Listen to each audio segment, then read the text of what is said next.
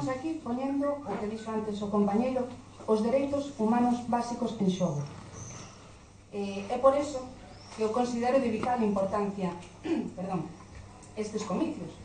Pero non só por iso, é dicir, eu son da aldea, son filla de Labrega, entón, a mistura de sentimentos, tamén de ver que Lidia pode chegar ao Parlamento Europeo, tamén se mestura coa inquedanza que Europa quere para o noso rural. Que política agraria común quere Europa para nós?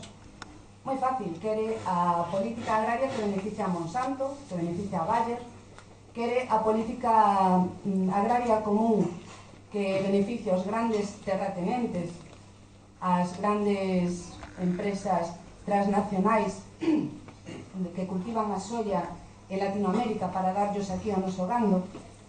Esa non é a Europa que nos queremos. Que queremos para o rural? Eu quero un rural vivo. Quero unha política agraria común que defenda os intereses de labregos e labregas. Persoas que se levantan todos os días co traballo de darnos de comer. Porque algo tan baladí para moitos, non? A comida, tal, é o máis importante da nosa vida. E ese sector, o sector labrego, é o sector máis maltratado da historia. Un sector ninguneado, un sector que lle dixeron dende o ano 85, dixeronlle, non, tens que modernizarte. E modernizarte significaba ter que invertir unha cantidade de dinheiro importante e producir e producir.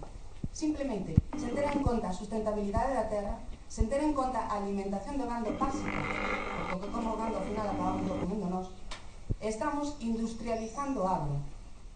Eu porque teño perspectiva dunha parroquia, pero supoño que por aquí tamén. Vos que preferides unha parroquia con 7 explotacións pequenas ou unha parroquia con unha macroexplotación? Obviamente, que lle dá máis riqueza ao rural? Canta máis xente viva, canta máis xente quede, pois mellor para todas e todos. Entón, isto na Xunta